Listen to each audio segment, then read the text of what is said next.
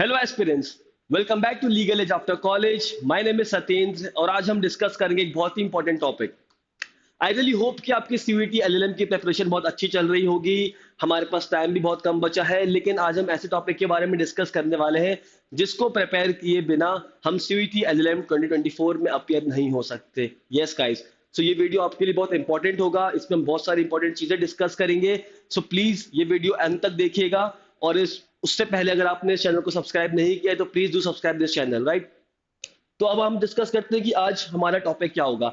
आज हमारा टॉपिक है important topics for banking law as well as insurance law for CUET LM 2024। और इस वीडियो में हम इसको बाइफिकेट करने पे क्या डिस्कस करने वाले हैं, लास्ट ईयर का जो सिलेबस पैटर्न होगा वो हम डिस्कस करेंगे कि उसमें से कितने क्वेश्चंस पूछे गए थे।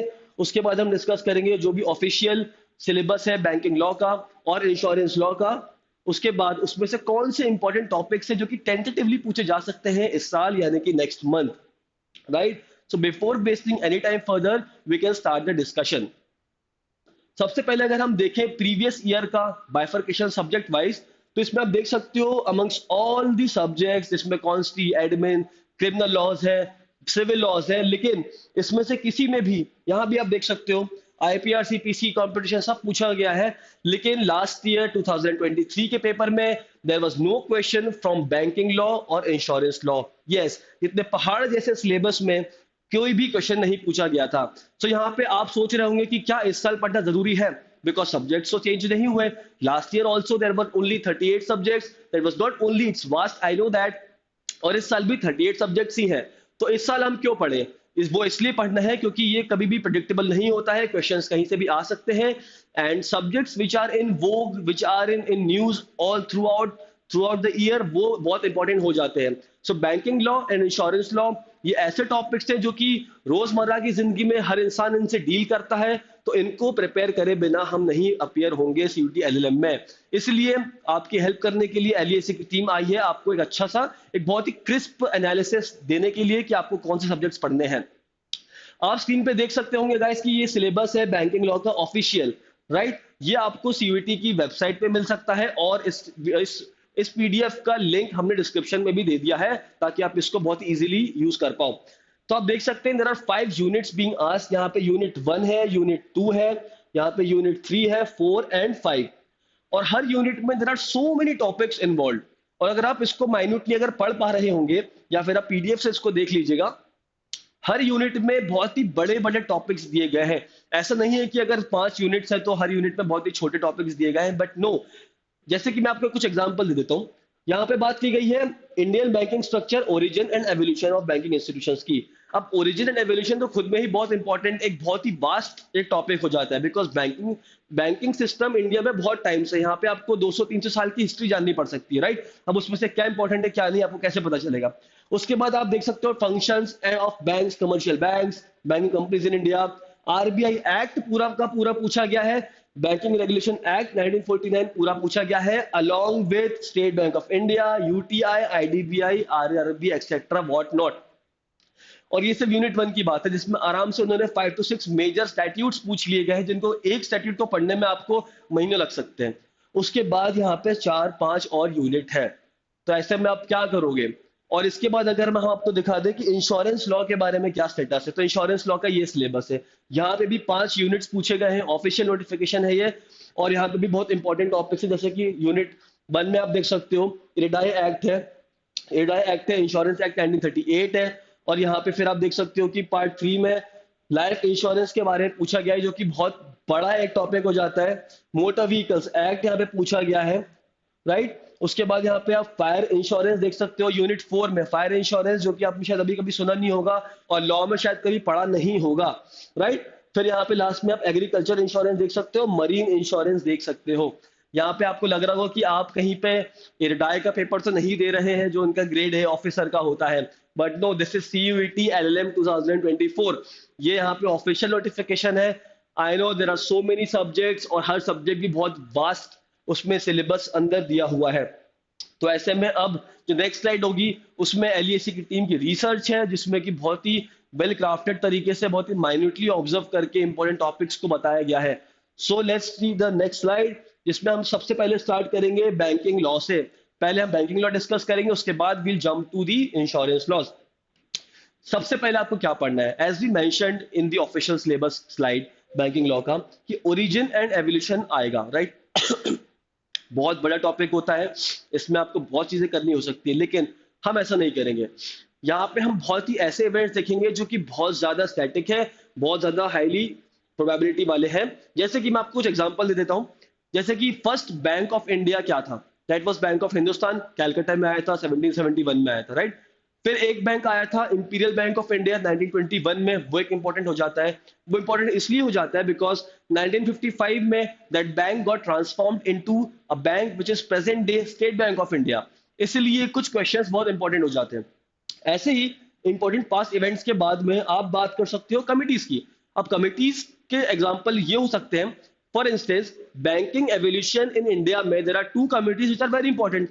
एक ये हो सकती है कि जब एलपीजी पॉलिसी आई थी 1991 में, so there was one committee set up by the then government by Narasimha Rao, that was called Narasimham committee 1, right, 1991 की। उसके बाद same committee was formed in 1998, Narasimham committee 2। तो ऐसी कमिटी जो जिनका रोल बहुत इंपॉर्टेंट रहा है बैंकिंग एवोल्यूशन में इंडिया में, वो आप कर सकते हो। यहाँ पे पास इवेंट्स करोगे, उसके बाद आप कमिटीज करोगे, right. Moving forward with a statute, अब यहाँ पे आप आओगे एक स्टैट्यूट पे, मेजर स्टैट्यूट पे, आरबीआई एक्ट, राइट। अब आरबीआई एक्ट आपको दिखने में भले छोटा लग सकता है, बट बहुत वास्ट है, बिकॉज वहां पे आपको चैप्टर्स के नाम बहुत कम दिखेंगे कि चैप्टर 5 चैप्टर 6 ही है, लेकिन उसमें अमेंडेड चैप्टर्स भी बहुत होते हैं, राइट। और अमेंडेड सेक्शंस की लिस्ट बहुत बड़ी होती है, तो वो एक सेक्शन के अंदर ही बहुत सारे सेक्शंस हो सकते हैं। तो यहाँ पे आपको सब कुछ नहीं करना है। यहाँ पे 3 चैप्टर्स हम बता रहे हैं, चैप्टर 1 2 3 कर सकते हो आप। चैप्टर 1 जैसे कि प्रिलिमिनरी होता है, चैप्टर 2 में आप बात कर सकते हो उसके इनकॉर्पोरेशन की, उसमें कैपिटल मैनेजमेंट कैसा होगा, उनका बिजनेस रन कैसे होगा, ठीक है। चैप्टर 3 में आप बात कर सकते हो कि उनके क्या इंपॉर्टेंट फंक्शंस होते हैं, राइट, या फिर वो क्या कंट्रोल करते हैं, बैंकिंग रेगुलेशन। उसके बाद आप जंप करोगे बीआरए 1949 पे, जो कि अनदर इंपॉर्टेंट एक्ट है। अब आरबीआई एक्ट का इंपॉर्टेंस इसलिए होता है क्योंकि आरबीआई एक्ट में आरबीआई बॉडी कॉन्स्टिट्यूट होती है, and that acts as a regulatory body for all the banks in India. However banking regulation act important इसलिए हो जाता है क्योंकि यहाँ पे जो भी कंपनीज है, बैंकिंग कंपनीज हैं, उनका ओरिजिनेशन रजिस्ट्रेशन कमेंसमेंट हो रहा है इस एक्ट के अंदर, and this act tells them, dictates them, all those banks, कि आपको करना क्या है या फिर क्या नहीं करना है, राइट, क्या प्रोसीजर होगा आपका, इसलिए इंपॉर्टेंट होता है। तो यहाँ पे भी आप सब नहीं करोगे, यहाँ पे 1 2 और 2 भी। चैप्टर 1 प्रिलिमिनरी अगेन, तो यहाँ पे डेफिनेशन दी जाती है, बैंक क्या होता है, बैंकिंग कंपनीज क्या होती है, राइट। तो यहाँ पे ये डेफिनेशन तो बहुत इंपॉर्टेंट हो जाएंगी, इसलिए चैप्टर 1 प्रिलिमिनरी आप जरूर करें। चैप्टर 2 आप कर सकते हैं, चैप्टर 2 के बाद आप 2 भी कर सकते हैं। जैसे कि चैप्टर 2 में दिया हुआ है कि what all activities these banking companies can engage into, right. Chapter 2 में ये दिया हुआ है कि आप कौन से एक्टिविटीज एंगेज कर सकते हो। चैप्टर 2 बी में क्या दिया है कि ऐसे कौन सी एक्टिविटीज हैं which are prohibited for these banking companies, right.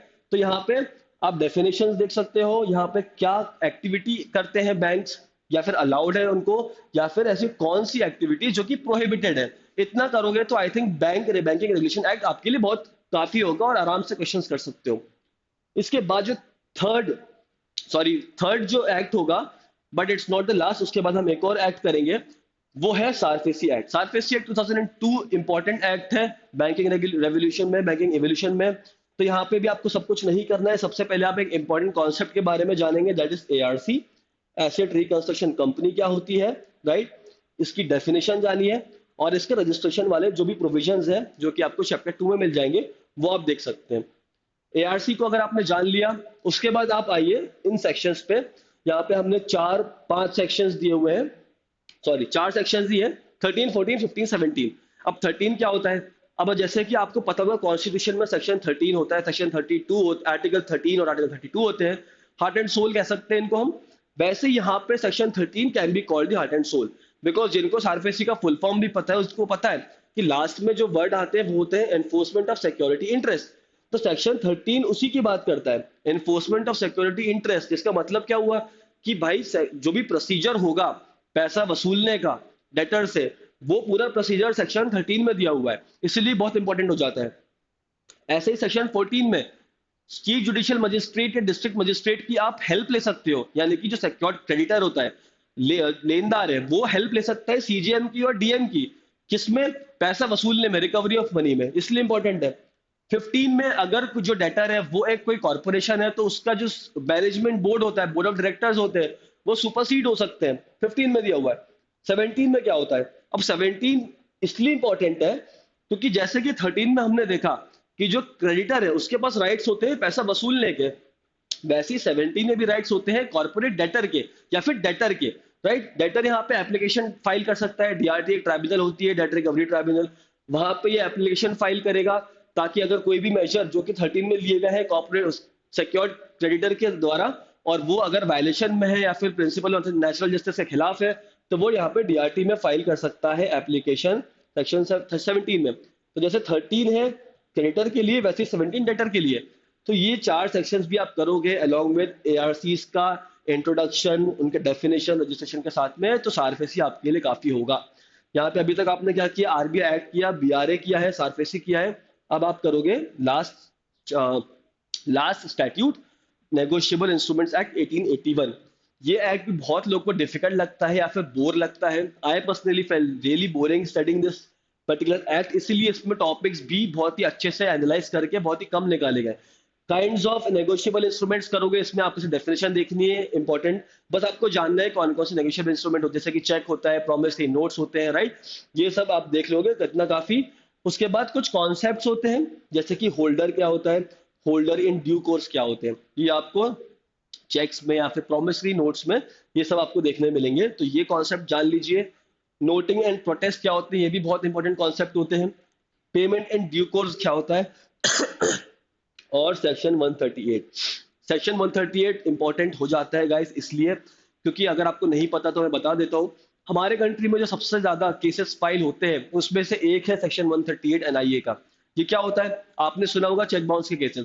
Cheque bounce के केसेस, अगर आपने किसी को चेक दिया, आपके खाते में पैसा नहीं था और वो चेक बाउंस हो गया, यानी कि सामने वाली पार्टी को पेमेंट नहीं मिली उनके बैंक से, राइट, तो इसमें 138 की कंप्लेंट फाइल की जाती है और एक क्रिमिनल ऑफेंस होता है। तो 138 की पिटीशन एप्लीकेशन हमारे कंट्री में इतनी ज्यादा है कि इसकी पेंडेंसी बहुत ज्यादा बढ़ चुकी है, which is a very grave problem for the Indian judiciary. और इसमें बहुत सारे conferences of highly eminent jurist, जजेस ऑफ सुप्रीम कोर्ट एक्सेट्रा होते रहते हैं, इसलिए ये मस्ट है। Last but not the least आपको यहाँ करना है banking ombudsman scheme. Banking ombudsman scheme recent scheme है, 2021 की स्कीम है, आपको बिल्कुल नहीं छोड़ना है। रीजन बीइंग इसमें से क्वेश्चंस आ सकते हैं बिकॉज फर्स्ट रीसेंट है और ये बहुत छोटी सी स्कीम है। अगर आप इसके ऑफिशियल स्कीम से ही पढ़ेंगे तो आप 45 मिनट्स में आराम से इसको कवर कर सकते हैं, right. So that was for the banking laws. Now we'll talk about the important topics for insurance laws, right? सबसे पहले इंश्योरेंस लॉज में आपको क्या करना है, सबसे पहले एक इंपॉर्टेंट एक्ट है, आप इसको उठाइए, एडाई एक्ट 1999। तो लाइक जैसे कि हमने आरबीआई एक्ट किया था, RBI being the regulatory body for the banking companies, likewise IRDAI एडाई is the regulatory body for the insurance companies or for the insurance market in India. It is called as Insurance Regulatory Development Authority Act 1999. ठीक है, इसमें भी आप उसके एडाई जो कि regulatory body है उसके एस्टैब्लिशमेंट के प्रोविजंस आप कर लीजिए, अगेन प्रिलिमिनरी सेक्शंस होंगे। एंड इंपॉर्टेंट पार्ट, जो भी उसके चेयरमैन या फिर मेंबर्स होते हैं किसी भी रेगुलेटरी बॉडी के या फिर किसी स्पेशल कोर्ट के, जैसे कंज्यूमर कमीशन हो गया या फिर स्पेशल कोर्ट्स कंपनीज एक्ट में हो गए या फिर सिक्योरिटीज लॉ में हो गए, तो ऐसी स्पेशल चीजों के, एंटिटीज के, बॉडीज के, कोर्ट्स के जो मेंबर्स होते हैं उनकी एलिजिबिलिटी, उनका टेन्योर, ये सारी चीजें इंपॉर्टेंट हो जाती है। तो आप एडाई की भी एलिजिबिलिटी और टेन्योर बिल्कुल अच्छे से पढ़ के जाएंगे। इसके बाद आपको इस एक्ट में क्या करना है, आप एडाई एक रेगुलेटरी बॉडी है तो भाई उसके पास कुछ पावर्स होंगे, कुछ ड्यूटीज होंगी, तो वो आपको पढ़ना है जो कि आपको सेक्शन 14 में मिलेगा, राइट। यहाँ पे ड्यूटीज, पावर्स एंड फंक्शंस तीनों कवर होंगे सेक्शन 14 में। अब यहाँ पे इंश्योरेंस लॉ के कुछ कॉन्सेप्ट्स हैं, हमने बहुत सारे कॉन्सेप्ट्स नहीं दिए हैं इसलिए आप इजीली कर सकते हो। सबसे पहले आप करोगे formation of a life insurance. Life insurance क्या होता है, उसका एक स्ट्रक्चर क्या होता है, what all parties are involve in the life insurance, and उसके कौन से मेजर इवेंट्स होते हैं, जैसे कि अगर डेथ ऑफ द इंश्योर्ड हो गया तभी आपको पैसा मिलेगा, तो ऐसे कौन से इंपॉर्टेंट इवेंट्स होते हैं वो करने हैं। एक इंपॉर्टेंट कॉन्सेप्ट जो सारे इंश्योरेंस लॉज में आता है वो है principle of good faith, principle of non disclosure. दो इंपॉर्टेंट चीजें हैं, ये आपको करनी ही पड़ेंगी। और एक जो लीगल मैक्सिम होता है वो है कॉजा प्रॉक्सिमा, ये इंपॉर्टेंट है, ये आपने पहले भी पढ़ा होगा लेकिन अब नहीं पढ़ा तो अभी भी कर सकते हो। लास्ट में जो आएगा वो है मोटर व्हीकल्स एक्ट 1988, राइट। ये आपको पता होगा, ये आप हमेशा सुनते होंगे, हालांकि आपको इसके बारे में डेप्थ में नॉलेज बिल्कुल नहीं होगी। इसमें भी इंश्योरेंस रिलेटेड प्रोविजंस होते हैं जो आपको करने पड़ेंगे। तो यहाँ पे 140 से लेके सेक्शन 140 से लेके 176 बहुत ही डिटेल में आपको बताया जा रहा है, तो आप ये जरूर करें, राइट। यहाँ पे कौन कौन से टॉपिक्स कवर होंगे आपके इन तीनों में, इन सेक्शंस में। पहला होगा एब्सोल्यूट या फिर नो फॉल्ट लायबिलिटी। सेकंड होगा आपका थर्ड पार्टी इंश्योरेंस, आपने सुना होगा थर्ड पार्टी इंश्योरेंस करवाते हैं लोग, तो वो यहाँ पे मिलेगा आपको, उसका ओरिजिन यहाँ पे है। उसके बाद आते हैं क्लेम्स ट्राइब्यूनल। ये सारे टॉपिक्स करने के बाद आपका इंश्योरेंस लॉ भी कवर हो जाएगा, राइट। तो हमने आज क्या किया, हमने बैंकिंग लॉस के इंपॉर्टेंट कॉन्सेप्ट्स देखे जो कि पूछे जा सकते हैं along with insurance laws. I really hope कि आपको वीडियो अच्छा लगेगा और आपकी सीयूटी की पीजी की प्रिपरेशन अच्छी चल रही होगी। और जिन लोग को अभी थोड़ी बहुत प्रॉब्लम आ रही है कुछ सब्जेक्ट्स को कवर करने में, तो let me tell you guys, हमारा एलईसी का एक मास्टर क्लास सेशन अभी चल रहा है जो कि 12 फरवरी से स्टार्ट हो चुका था और 23 फरवरी तक चलेगा। जिन्होंने इसमें एनरोल नहीं किया है वो करवा सकते हैं। यहाँ पे डिटेल्ड एमसीक्यूज सॉल्व करवाए जाते हैं almost all the subjects. Detailed explanation होता है सब में। नंबर ऑफ क्लासेस होती है 10, नंबर ऑफ आवर्स होते हैं 20। तो अगर आपने एनरोल नहीं किया तो आप करवा सकते हैं because the last date is 31 March 2024। ठीक है। और अगर किसी स्टूडेंट को कुछ प्रॉब्लम आती है किसी पर्टिकुलर सब्जेक्ट को पढ़ने के लिए, for instance if there is any minor law जिसका जिसका सिलेबस या फिर जिसका content is not easily available, for instance like criminology के कुछ सब्जेक्ट्स हो गए, विक्टिमोलॉजी, पेनोलॉजी हो गया, या फिर वाइट कॉलर क्राइम्स हो गया, जिसका हमें सोर्स इजीली अवेलेबल नहीं होता है, तो आप एलईसी के चैनल पे आ सकते हैं। यहाँ पे आपको बहुत सारे ऐसे नीश सब्जेक्ट्स के वीडियोस मिल जाएंगे 1 घंटे या 2 घंटे, जिसमें आप बहुत जल्दी अपना ये टॉपिक कवर कर सकते हो। आप toprangers.com की वेबसाइट पे जाके ये सारी चीजें देख सकते हो और बहुत सारा फ्री मटेरियल भी अवेलेबल होता है गाइस आपके लिए। तो जैसे कि अगर आपको फ्री मॉक टेस्ट देने हैं तो आपको सारे एग्जाम्स के फ्री मॉक टेस्ट मिल सकते हैं। कुछ में 1-2 हो सकते हैं, लेकिन जितना भी है आप उसको यूटिलाइज कर सकते हो, राइट। सो आई रियली होप कि वीडियो आपके लिए इन्फॉर्मेटिव होगा। अगर आपको अच्छा लगे तो please do like and share this video, और चैनल भी प्लीज सब्सक्राइब कीजिए ताकि आपको और भी अपडेटेड इन्फॉर्मेशन मिलती रहे। So this was Satyendra signing off from LAC. Thank you so much. All the very best.